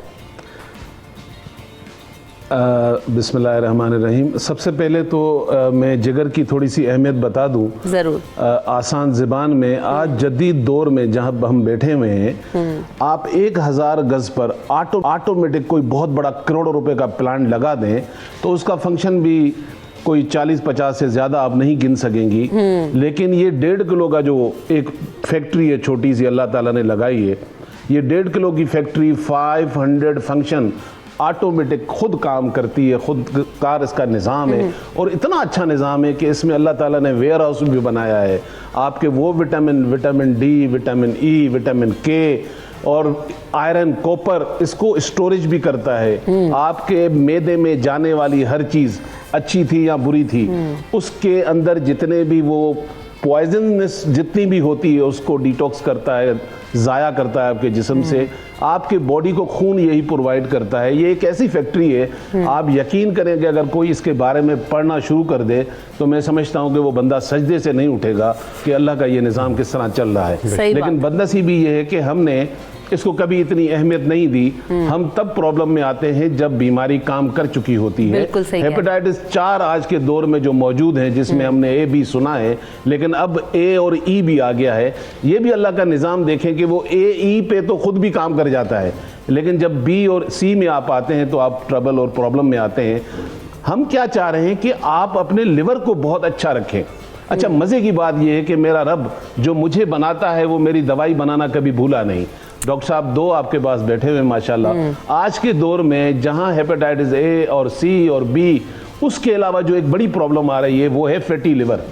ये हमारी खुराक जो हमारे मैदे में जाती है, और हमें पता है कि आज के दौर में हम क्या खाते हैं, अगर उस पर गौर करें तो आधी किचन में से आप चीज़ें निकाल देंगे। तो मैं लोगों से ये कहूँगा कि अगर आपको फैटी लिवर है और अगर आपको नहीं भी है, और अगर आप डिफाइन हो चुके हैं कि आपको फैटी लिवर है, बहुत सारी दुनिया में मेडिसिन मिलेंगी आपको। मैं एज अ हर्बलिस्ट हूँ, मैं सब्जियों और जड़ी बूटियों से दवाई बनाता हूँ। आप यकीन करें, मेरे क्लिनिक में अगर कोई पेशेंट आता है और वो कहता है कि जी मैं फैटी लिवर का पेशेंट हूँ, मैं इसे दवाई नहीं देता, मैं उसे एक काम बताता हूँ कि पहले आप घर में कर लो ताकि आपके 6000 भी बच जाएं और अल्लाह की नेमतों का शुक्र भी अदा करें। ये घर की चीज़ें आपके सामने मैंने रखी हैं। ये प्याज है, ये पालक है, ये पुदीना है और ये धनिया है हरा। ये चारों चीज़ों का मैंने पानी निकाल के रखा है। इसका इस्तेमाल देखिएगा। ये प्याज का पानी हमने लेना है 1 टेबल स्पून, ठीक है। और उसके बाद आपने पालक का पानी लेना है 1 टेबल स्पून। इसके बाद आपने पुदीने का पानी निकालना है और वो इस्तेमाल करना है 1 टीस्पून। इसी के साथ आपने लेना है हरा धनिया, उसका 1 टीस्पून। ये 4 चीज़ें मैंने जो मिलाई हैं, अब ये सुबह अल्लाह का नाम लेके निहार मुंह आप इसको सही ऐसे पी जाएं जैसे मैंने पिया है। 40 दिन इसको आप पी लें, सिर्फ 40 डेज। मेरी मेडिसिन 6 महीने के बाद काम करेगी। ये 40 दिन में आपका फैटी लिवर सही कर देगी। तो हम अल्लाह की कौन कौन सी नेमतों को झुटलाएंगे। तो आप अपने लिवर की केयर करने के लिए बहुत सारी चीज़ें आपके घर में पाई जाती हैं। हाँ, अगर आप हेपेटाइटिस सी में हैं, आप बी में हैं, आप ज़रूर मेडिसिन करें, लेकिन डॉक्टर से रिकमेंड किए बगैर भाई आप इन सारी चीज़ों में एक चीज़ भूल गए जो आप हमेशा करते हैं। आप बताते हैं ना कि वो 100-200 रुपए की ले लो और मेरे से 1000 रुपए में मंगवा लो, तो आपने बताया नहीं कितने रुपए में बनेगा। और लाइटर नोट कहा ना कि 6000 रुपए की मेरी दवाई है और वो भी 4 महीने खानी पड़ेगी। ऐसा ही है, बिल्कुल सही। ये 200 रुपए का काम नहीं है। सही कह रहे हैं, बिल्कुल सही कह रहे हैं। अच्छा, ये जिगर की गर्मी जो है डॉक्टर साहब, वो क्या होती है? अभी फैटी लिवर की बात कर रहे थे, हम चाहेंगे कि आप भी उस पर थोड़ा सा बताएं। जी देखें, मैं ये चाह रहा हूँ कि जैसे डॉक्टर साहब ने बताया पहले कि मैं थोड़ा सा आपको बताता हूँ कि हेपेटाइटिस वायरसेस जो हैं वो बड़ा कॉमन है पाकिस्तान में। ए और ई जो हैं वो गंदे पानी और गंदे खाने से होते हैं, और बी और सी ब्लड बॉर्न वायरसेस हैं। उनका पानी, गंदे पानी के साथ कोई ताल्लुक नहीं है। वो हम चाहे टैटूइंग, पियर्सिंग, इंजेक्शन, पाकिस्तान में इंजेक्शन लोग बहुत लगवाते हैं। तो आपके प्रोग्राम के साथ मैं ये चाहूँगा कि पूरी दुनिया में इस वक्त हम सबसे ज़्यादा इंजेक्शन लगाने वाली कौम है। अनटिल अनलेस आप प्लीज़ इंजेक्शन अवॉइड करें, अनटिल अनलेस आपको वॉमिटिंग हो रही है कि आप मेडिसिन नहीं रख सकते, फिर तो आप लगवाएं इंजेक्शन। बड़ा पसंदीदा काम है ना, टीका लगाना। टीका लगाना ये एक कॉन्सेप्ट है हमारे कि टीका लगाना है, तो हमें इंजेक्शन नीडल बहुत इम्पोर्टेंट मर्द और दोनों के लिए। और मर्दों के लिए जो शेव करवाते हैं वो बहुत बड़ा फैक्टर है। हेपेटाइटिस बहुत फैल रहा है क्योंकि इस वक्त हमारे पास हेपेटाइटिस सी 10% पॉपुलेशन को, हर 10वें बंदे को हेपेटाइटिस सी है। जब रेजर्वर ज़्यादा होगा, हालांकि हमारे पास बहुत इफेक्टिव ट्रीटमेंट, मैं उस पर भी आता हूँ कि ट्रीटमेंट हमारी क्या है हेपेटाइटिस सी। मैं तो हर बंदे को ये चाहूँगा कि पाकिस्तान में वो बी और सी दोनों के लिए अपने आप को टेस्ट करवाएं। और इस वक्त पाकिस्तान पंजाब में कुछ 26 गवर्नमेंट के सेंटर्स हैं जहाँ फ्री आपके टेस्ट होते हैं। फिर आप बी अगर नेगेटिव वक्त की वैक्सीनेशन करवाएं ताकि आपको प्रोटेक्शन हो जाए। उसके अलावा हेप सी की जो ट्रीटमेंट है उस पर 95-97% इफेक्टिव है। अगर हेप सी आपको पॉजिटिव है तो आप उसका इलाज कराएं। अब ये जो एनवायरनमेंट में हमारी चीज़ें फैली हुई हैं और उससे लगता भी एक से दूसरे को भी, तो इससे बचा कैसे जा सकता है? हम अपने आप को कैसे प्रोटेक्ट कर सकते हैं? थोड़ा सा एक्सप्लेन करें मैं आपको। हेपेटाइटिस बी और सी की अगर हम बात करते हैं तो जिस तरह से हमारे हम देख रहे हैं हमारी सोसाइटी के अंदर के जितने इफेक्टीज हैं, केसेस हैं, एक से दूसरे को भी लग सकता है, तो खुद कैसे बचा जा सकता है? आप इंजेक्शन बिल्कुल ना लगवाएं। ब्लड स्क्रीन आपका हो रहा है। अगर आप औरतें फॉर एग्जांपल मैनीक्योर पेडिक्योर के लिए जाती हैं, आप जितनी ग्रूमिंग चाहे मेन एंड वुमेन है, आप अपनी किट रखें और शेव घर में करनी है आपने, इंजेक्शन ना लगवाएं। उसके अलावा फैटी लिवर के लिए you need to maintain your weight, exercise करें, अपनी डाइट चेंज करें। उसके अलावा जो बाहर के बर्तन और खाने होते हैं, ये उनके ग्लास वगैरह जो होते उनसे हैं, आपको हेपेटाइटिस ए और ई होगा। और मेरे आजकल मैं क्लिनिक्स में इतना ज़्यादा देखता हूँ हेपेटाइटिस ए और ई। मैं ये लोगों को बताना चाहूँगा कि दोनों वायरसेस हैं जिसमें 98% लोग रिकवर कर जाते हैं स्पॉन्टेनियसली। ठीक है। हेपेटाइटिस ई में 1 से 4% मोर्टेलिटी है, 1 से 4% लोग की डेथ हो सकती है। हेपेटाइटिस ई में आपके प्रोग्राम के साथ ये चाहूँगा कि वो औरतें जो प्रेग्नेंट हैं, अगर वो खाना बाहर से खाती हैं, गंदे खाने गंदे पानी से, अगर उनको हेपेटाइटिस ई होता है तो 30% मोर्टेलिटी है, यानी कि हर 3 में से 1 औरत की डेथ हो सकती है प्रेगनेंसी के दौरान हेपेटाइटिस ई की वजह से। तो इसको सीरियस लेना चाहिए प्लीज़। आप हर बंदे को बाहर से गंदा खाना, गंदा पानी, ये कंटेमिनेटेड वाटर और फूड से होता है, और अच्छे रेस्टोरेंट्स में ये हो रहा है। ऐसे ही ये सहर जो हम फूड की बात करते हैं, ये कितना मैटर करता है हमारे जिगर के लिए, और कौन से ऐसे फूड्स हैं, न्यूट्रिएंट्स हैं जो हमारे जिगर को चाहिए हेल्दी रखने के लिए, और हमें किन चीज़ों में वो मिल सकते हैं? देखिए, जैसे जिगर का फंक्शन ही बता रहे कि कौन से ऐसे फूड जिगर को चाहिए और कौन से ऐसे फूड जिगर को नहीं चाहिए। जैसे जिगर जो है हमारे पास एक एसिड बनाता है, बाइल एसिड, ठीक है, एक लिक्विड बनाता है बाइल, जिसमें आपके पास बाइल एसिड और बिलिरुबिन भी होता है। अब इस बाइल एसिड का क्या काम होता है कि जो हमारी बॉडी की ज़रूरत से ज़्यादा चर्बी होती है ना, जिसमें बॉडी से एक्सक्रीट होना होता है, निकलना होता है, इसको जज़ब करने में भी मदद करता है, इसको छोटे छोटे पीसेस में भी कन्वर्ट करता है ताकि ये आसानी से एक्सक्रीट हो सके।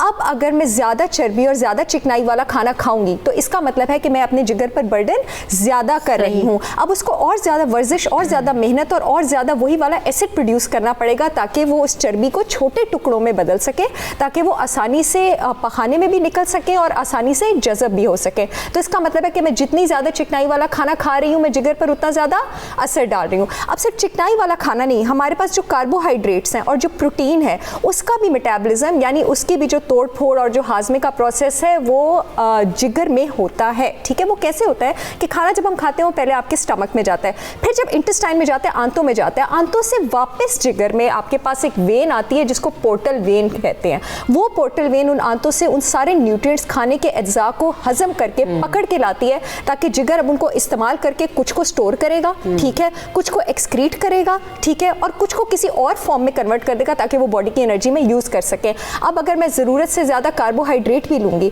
तो आइडियली जिगर का एक नॉर्मल कंडीशन में क्या काम है कि अगर मैं नॉर्मल अमाउंट ऑफ कार्बोहाइड्रेट लेती हूँ जितना बॉडी को डेली चाहिए, यानी 45 to 60% of the total calorie requirement, तो उससे उसको ग्लाइकोजन में स्टोर करना है। ग्लाइकोजन हमारी बॉडी में कार्बोहाइड्रेट की स्टोरेज फॉर्म होती है जो जिगर और मसल में होती है, ताकि जब मेरी बॉडी में ग्लूकोज का लेवल कम है तो वो ग्लाइकोजन मेरी बॉडी को step by step glucose provide करता रहे। अगर आपकी कार्बोहाइड्रेट रिक्वायरमेंट ज़रूरत से ज़्यादा हो जाती है तो ये ग्लाइकोजन भी चर्बी में कन्वर्ट होगा। ये साइकिल रिपीट हो रहा है, चर्बी भी अगर ज़्यादा ली तो भी हमारे पास चर्बी ज़्यादा बन रही है, कार्बोहाइड्रेट भी अगर ज़्यादा लिया तो भी हमारे पास चर्बी ज़्यादा बन रही है। सही। कुछ कॉलर्स हमारे साथ हैं, फरवा हमें ज्वाइन करिए। अस्सलाम वालेकुम फरवा। वालेकुम अस्सलाम, क्या हाल है? अल्हम्दुलिल्लाह जी। फरवा, क्या सवाल करना चाहती है?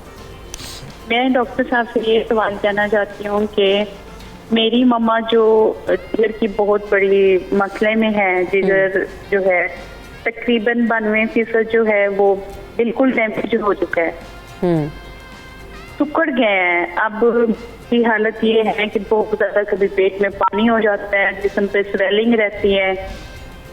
कुछ डॉक्टर साहब कुछ पूछना चाहते हैं फरवा से? जी, आप उनको वजह बताइए कि ये हेपेटाइटिस सी है, बी है, उसकी क्या वजह है जिगर श्रिंक होने की, सुकड़ने की? सबसे बड़ी ये है कि इतने ज्यादा टेस्ट हुए हैं, इतने हुए हैं, हेपेटाइटिस ए बी सी कुछ भी नहीं है। ठीक है। और हम फैसलाबाद से लिवर क्लिनिक है, उधर से तकरीबन 3 साल से 3 साल से ज्यादा टाइम हो गया हम इलाज करवा रहे हैं और प्रॉपर जा रहे हैं, लेकिन पहले से इम्प्रूवमेंट बिल्कुल भी नहीं है। उनको मोटापा रहा है, मोटी रही है, शुगर का प्रॉब्लम है उनको? हाँ, शुगर जो है वो तकरीबन 26 साल से शुगर और बीपी की पेशेंट है। तो मोस्ट लाइकली ना मोटापे की वजह से उनका जिगर श्रिंक हो जाता है। 20 से 30 साल लगते हैं जिगर श्रिंक होके अभी जिस कंडीशन में है, इस कंडीशन में तो देखिए उनको जो लिवर स्पेशलिस्ट जब आप देख के, हमारा एक स्कोरिंग सिस्टम होता है, उसकी बेस पे हम डिसाइड करते हैं कि अब पेशेंट को लिवर ट्रांसप्लांट की ज़रूरत है, क्या हम मेडिकली ऑप्टिमाइज़ कर सकते हैं। हर आदमी लिवर ट्रांसप्लांट के लिए फ़िट नहीं होता। तो अब ये एक ऐसा है कि आई डोंट थिंक स्टूडियो में इसका जवाब दिया जा सकता है। वैसे भी अगर आपको इस डॉक्टर से फ़र्क नहीं पड़ रहा है, 3 साल से आप करा रहे हैं इलाज, तो आपको बेहतर है कि आप चेंज भी करके देखें।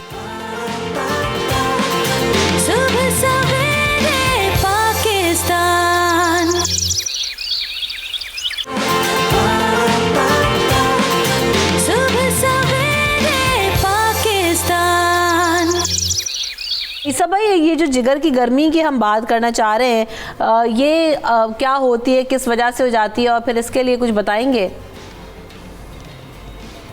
जी बिल्कुल, मैं बताऊंगा। और मैं ये लोगों से ज़रूर कहना चाहूँगा कि हम ये ज़रूर कहते हैं कि हमें अपने बच्चों से मोहब्बत है, अपनी फैमिली से हम बहुत मोहब्बत करते हैं, लेकिन कभी कभी जब मैं सोचता हूँ और उनके किचन पे नज़र दौड़ाता हूँ तो मैं देखता हूँ कि इनके घर में सफ़ेद शुगर आती है, ये तब भी मोहब्बत करते हैं। घर में प्रोसेस किया हुआ फूड आ रहा है, हमारी मोहब्बत तब भी कम नहीं हो रही है। पैसों से ख़रीदने वाला जहर आपके घर में इतना मौजूद है, अगर मैं उसको डिफ़ाइन कर दूँगा तो मुझे आइंदा आप चैनल पर आने नहीं देंगी। तो खुदारा आप जो चीज़ें खाते हैं पहले उस पर गौर कर लें कि आप क्या खा रहे हैं। और जहाँ तक रही बीमारी, तो मेरा ये अकीदा, मेरा ये ईमान है, अल्लाह ताला कहते हैं कि मैं नहीं उतारूंगा ज़मीन पर उस बीमारी को जिसका मैं पहले इलाज न उतार लूँ। हमने कभी जांचा ही नहीं, हमने कभी गौर ही नहीं किया। जहाँ तक जिगर की गर्मी का ताल्लुक है, मैं फिर अल्लाह ताला की 4 नेमतें आपके सामने रख देता हूँ। जिगर की गर्मी के लिए आपने क्या करना है, आपने ये जहन में रखना है। ये मैं उठा रहा हूँ जनाब, इसमें से 1 टेबल स्पून सौंफ और 1 टेबल स्पून उठा रहा हूँ नीम गुलाब की पत्तियाँ। 1 टेबल स्पून मैंने सौंफ लिया, 1 टेबल स्पून मैंने गुलाब की पत्तियाँ ली हैं, और उसके बाद में ये देसी जो आपके पास पुदीना होता है घर में, वो मैं ले रहा हूँ। और चौथी चीज़ मैं इसमें ले रहा हूँ ज़ीरा। ये चारों चीज़ें आपने अच्छी तरह मिक्स कर लेनी है जिगर की गर्मी के लिए। अब आपने ये दवाई बना के तैयार रखनी है, और उसके बाद आपने 1 गिलास या आधा गिलास पानी लेना है, और उसके अंदर आपने आधी चमची डालकर इसको 3-4 जोश देने हैं। उसके बाद ये कहवा की शक्ल इख्तियार कर लेगा। आप डेली इसको 1 दफ़ा पी लिया करें।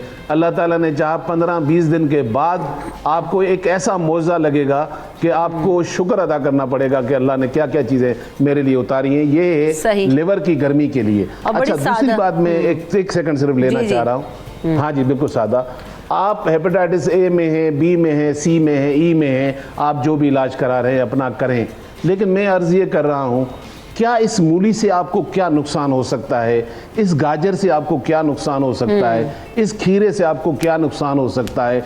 अगर आप इस मूली को टुकड़े करके जूसर मशीन में साथ में जहन में रखिएगा, ये मूली हजम नहीं होती। अल्लाह ताला ने इसके साथ ये जो पत्ते लगाए ये मूली को हजम करते हैं, तो इसलिए मूली के साथ पत्ते भी आपने डालने हैं, और साथ में आपने गाजर को टुकड़े करके जूसर मशीन में डालना है, और खीरे को डालना है। तो ये पत्तों समेत 4 चीज़ें बनती हैं। 1 गिलास डेली बनाकर पिएं। आप 50 साल की उम्र में भी हैं तो आपको लगेगा कि आपने 25 साल का अपना जिगर बना दिया है। आप उन बीमार लोगों को भी पिला सकते हैं, और अगर आपको बीमारी नहीं है तब भी पी सकते हैं। ये लिवर की बेहतरीन मेडिसिन है, आप इसको अपने घर में ड्रिंक बना के इस्तेमाल कर सकते हैं। और ये सारी सीजनल चीज़ें जो कि बहुत ही लो प्राइस में अवेलेबल हैं, हर जगह से आपको बड़ी आसानी से मिल जाती हैं, और मेरे ख्याल से कोई इतना कोई इनका ख़राब टेस्ट भी नहीं होगा कि जिसको पीना ही बहुत ज़्यादा मुश्किल हो। एक कॉलर हमारे साथ है, एक राज जी ईसा भाई कॉलर ले लेते हैं, फिर जरा वो राज भी आप रिवील कर लीजिएगा। वजाहत हमारे साथ है। अस्सलाम वालेकुम। वालेकुम सलाम। ये डॉक्टर ईसा साहब से पूछना था कि जो इन्होंने बताया है वो पुदीने वाला, वो रोजाना बनाए ताज़ा या 3-4 दिन का बना के फ्रिज में रख सकते हैं? ठीक है, बता दीजिए ईसा भाई। डेली ताज़ा बनेगा, डेली फ्रेश बनाएंगे, डेली आप पिएंगे। ठीक है, ओके सहर, ये जो हम बात करें कि ग़िज़ा का बड़ा अमल दखल होता है हर चीज़ के अंदर, और जो हम चीज़ें खा रहे होते हैं, अनहेल्दी फूड ले रहे होते हैं, जो हम प्रोसेस फूड बहुत ज़्यादा ले रहे हैं, कैनिंग की तरफ जा रहे हैं, आउटडोर हमारा जो है वो डाइन आउट करने का जो रिवाज है, ये चीज़ें कितना जो है ना वो कॉम्प्लिकेशंस पैदा कर सकती हैं? देखिए डाइन आउट जो करने का रिवाज है once in a blue moon, यानी हफ्ते 10 दिन बाद, हफ्ते से पहले आपको अपने माइंड में रखना चाहिए कि 7 दिन से पहले मैंने बाहर से नहीं खाना है। It is okay to have a cheat day after 7 और 10 डेज, लेकिन अगर आप डेली करेंगे, जैसे अभी इस बात को हम काफ़ी डिटेल में बायोकेमिकली एक्सप्लेन कर चुके हैं कि अगर आप अपने मैदे के ऊपर चर्बी का, शुगर का, इन चीज़ों का प्रेशर ज़्यादा करेंगे तो आसान अल्फाज में उसको उतनी ज़्यादा वर्जिश करनी पड़ेगी उसको हजम करने के लिए, और जब उसको वर्जिश करनी पड़ेगी उसको हजम करने के लिए तो उस प्रोसेस में उसको वो केमिकल्स ज़्यादा प्रोड्यूस करने पड़ेंगे जिन केमिकल्स की मिकदार आइडियली कम होनी चाहिए थी, और जब उन केमिकल्स की मिकदार ज़्यादा होगी तो वो लिवर के सेल्स और टिश्यूज़ को नुकसान पहुंचाएंगे, और जब लिवर के सेल्स को नुकसान पहुंचेगा तो लिवर ने जो ज़रूरी एंजाइम्स बनाने हैं जो तकरीबन 500 फंक्शंस परफॉर्म करें, इसका मतलब है कि वो फंक्शंस बहुत जल्दी जो है कॉम्प्रोमाइज होना शुरू होंगे। अच्छा डॉक्टर साहब, ये जो हम बात करते हैं डेली रूटीन में कैसे पता चल सकता है कि जिगर इफेक्ट हो रहा है या मेरा जिगर जो है वो प्रॉपर काम नहीं कर रहा है? देखिए, आपको अगर एक्यूट अटैक होता है हेपेटाइटिस का तो आपको लॉस ऑफ एपिटाइट हो जाएगी, पेट में दर्द होगी, आप पीले, आंखें आपकी पीली हो सकती हैं, उसके अलावा आपको थकावट होगी, आपको ब्रूजिंग हो सकती है। सबसे इम्पॉर्टेंट जो सिम्टम मैं चाहूँगा कि हमारी आपके प्रोग्राम के साथ लोगों को पता चले वो है थकावट। Tiredness is the only symptom which is very important, particularly hepatitis C में, जिसको हम साइलेंट किलर कहते हैं। इसी तरह फैटी लिवर, अब हम ये हो रहा है कि हमारे पास लेट 20s अर्ली 30s में वेस्ट में प्रॉपर जिगर श्रिंक हो चुका है लोगों का। वो लोग जिन्होंने टीन एज में, जैसे बताया आप हर्बलिस्ट जो हैं ईसा भाई ने, कि वो हम जो प्रोसेस फूड ले रहे हैं, हम फैटी फूड ले रहे हैं, हम ड्रिंक्स ले रहे हैं, बहुत ज़्यादा शुगरी ड्रिंक्स, और उससे बच्चों को डायबिटीज़ हो रही है, उनका फैटी लिवर हो रहा है। तो नंबर 1 इंडिकेशन इस वक्त वेस्टर्न वर्ल्ड में लिवर ट्रांसप्लांट की is fatty liver. So we have to learn lesson. अगर नहीं होंगे तो हम भी उन्हीं की तरह मोटे होंगे, सबको डायबिटीज़ हो जाएगी। So I think we are what we eat, we have to look after our. हमें एक्सरसाइज रेगुलर करनी चाहिए, और I absolutely agree on that as a liver specialist as well, कि हमारी प्लांट बेस्ड डाइट होनी चाहिए, plenty of fresh fruit, plenty of fresh vegetables, salad जो हम छोड़ रहे हैं, हम प्रोसेस फूड लेके आ रहे हैं, high calorie, high salt, high fat, जिससे हमारी बॉडी बहुत ज़्यादा इम्पैक्ट हो रहा है। सो आई वुड सजेस्ट आपके प्रोग्राम की वसात से गेट चेक फॉर बी और सी। बी के लिए वैक्सीनेशन, सी के लिए ट्रीटमेंट बहुत अवेलेबल है। ए और ई आप जो डाइन आउट करते हैं, अनफॉर्चुनेटली मेरे पास बहुत से अच्छे अच्छे रेस्टोरेंट्स हैं, वहाँ से लोग खाना खा के फूड पॉइजनिंग के साथ आते हैं हेपेटाइटिस ए और ई के साथ। सो प्लीज़ बी केयरफुल कि आप अपना कंटेमिनेटेड वाटर और फूड जो है उससे आपको ना हो। सिम्टम इसमें बहुत लिमिटेड हैं, आपको you have to be very vigilant. अगर आपको थकावट हो रही है, गेट टेस्टेड। बिल्कुल सही जी। ईसा भाई, आप कुछ राज की बात बता रहे थे, बताइए। हाँ, मैं सिर्फ लोगों से एक चीज़ इसलिए शेयर कर रहा हूँ ताकि अल्लाह की नेमतों का एहसास हो जाए। सही बुखारी की जिल्द नंबर 7 में किताबुल मर्ज है, हदीस नंबर 5669 है। अल्लाह ताला कहते हैं कि मैं नहीं उतारूंगा ज़मीन पर उस बीमारी को जिसका मैं इलाज नहीं उतार लूँ। ये सारे मुसलमान सुनते हैं, सबको पता है, लेकिन इसके पीछे मेरी जो 13 साल रिसर्च है वो मैं आपको बताना चाहता हूँ क्या है। आप जहन में रखिए कि जब कोई ज़मीन पर कोई सब्ज़ी उतर जाए, जब कोई ज़मीन में मौसम का फल उतर जाए, आप और मुझे होशियार हो जाना चाहिए कि अब कोई बीमारी आने वाली है। मुझे वो अपने बच्चों को और मुझे वो फल और वो फ्रूट ज़रूर खाने हैं। अगर आप नहीं खाएंगे तो बॉडी में वो विटामिन जब कम होने लगते हैं तो एक बीमारी की शक्ल इख्तियार कर लेते हैं। तो हमारे यहाँ प्रॉब्लम ये है कि अपनी पसंद और नापसंद की बुनियाद पे मुझे बैंगन अच्छे नहीं लगते, मैं भिंडी नहीं खा सकती, मुझे पालक, तो भाई फिर डॉक्टर के पास जाओगे, अपने घर में एक कमेटी डॉक्टर के नाम पे रख दो। और दूसरी चीज़, प्रोसेस की हुई चीज़ों के लिए मैं दोबारा रिक्वेस्ट कर रहा हूँ कि उनको आप ख्याल रखें, इनमें केमिकल्स होते हैं। सेकेंडली, अल्लाह के रसूल सल्लल्लाहु अलैहि वसल्लम ने मना फरमाया कि खाने के ऊपर पानी ना पिए और रात को खाने के बाद 40 कदम चलें। हम खुद भी आदत डालें, अपने बच्चों को भी डालें कि रात का खाना खा के रिमोट पकड़कर टीवी के सामने सोफों पे बैठ जाते हैं, हमसे वॉक नहीं होती, तो फिर हम बीमार तो होंगे। और दूसरा, पानी अल्लाह ताला की इतनी बड़ी नेमत है कि अल्लाह ताला ने सूरह अंबिया की आयत नंबर 30 में कहा कि हमने हर चीज को जिंदगी दी है मगर पानी से। बिल्कुल, तो पानी तो ये सारी जो है ना वो चीजें ऐसी हैं कि बहुत ज्यादा मुश्किल नहीं है। सही, बिल्कुल। प्रोग्राम का वक्त मेरे पास ख़त्म हो गया। बहुत बेसिक चीज़ें हैं और बहुत बेसिक तरीक़ों से हम ख्याल रख सकते हैं और फिर बहुत बड़ी बड़ी बीमारियों से बच सकते हैं। बहुत शुक्रिया ईसा भाई हमारे साथ मौजूद थे, सहार चावला डॉक्टर साहब, आपने टाइम दिया, आप तीनों का बहुत शुक्रिया। आप सारा मुलाकात होगी, मज़ीद कुछ सेगमेंट्स और टॉपिक्स लेकर हाजिर होंगे। सुबह सवेरे पाकिस्तान में हमारे साथ रहिएगा, हमें दुआओं में याद रखिएगा। अल्लाह ने के बाद।